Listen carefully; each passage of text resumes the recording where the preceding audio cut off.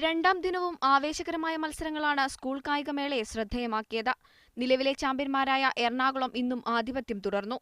സ്കൂളുകളിൽ മുന്നിൽ നിൽക്കുന്ന മാർബേസിലിന്റെ കരുത്തിലായിരുന്നു എറണാകുളത്തിന്റെ കുതിപ്പ്. നിലവിലെ ചാമ്പ്യന്മാരായ സെന്റ് ജോർജാണ് രണ്ടാം ദിനം നിരാശപ്പെടുത്തിയത്. മേളയിൽ ഇതുവരെ ഒരു സ്വർണം മാത്രമാണ് സെന്റ് ജോർജിന് നേടാനായത്. 5 മീറ്റ് റെക്കോർഡുകൾ ഇന്ന് പിറന്നു. പോൾ വാൾട്ടിൽ സീനിയർ പെൺകുട്ടികളിൽ മരിയ ജേസനും ജൂനിയർ പെൺകുട്ടികളിൽ നിവ്യ ആന്റണിയും ദേശീയ റെക്കോർഡ് മറികടക്കുന്ന പ്രകടനത്തോടെയാണ് സ്വർണം നേടിയത്. 100 മീറ്ററിൽ ഉഷ സ്കൂളിലെ Jisna Mathew, sub junior girls discus ത്രോയിൽ തൃശൂർ നാട്ടിക ഫിഷറീസിലെ അതുല്യ PA, ജൂനിയർ പെൺകുട്ടികളുടെ ഹൈജമ്പിൽ പാലക്കാട് പറളിയിലെ ജ്യോതിഷ എന്നിവരാണ് ഇന്ന് മീറ്റ് റെക്കോർഡ് മറികടന്ന മറ്റ് താരങ്ങൾ. 5000 മീറ്റർ നടത്തത്തിൽ പാലക്കാട് ഇത്തവണയും കുത്തകാത്തു.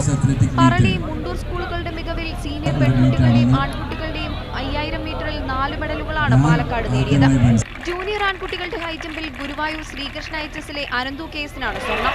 ഇന്നലെ ഷോട്ട്പുട്ടിൽ സ്വർണം നേടിയ മേഘ മറിയം ഡിസ്കസ് ത്രോയിലും ജേതാവായി സ്വർണ്ണ നേട്ടം 2ആക്കി.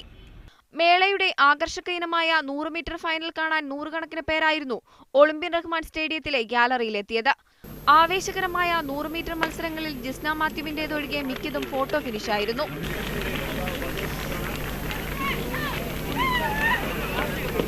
Krishnan, team media 1.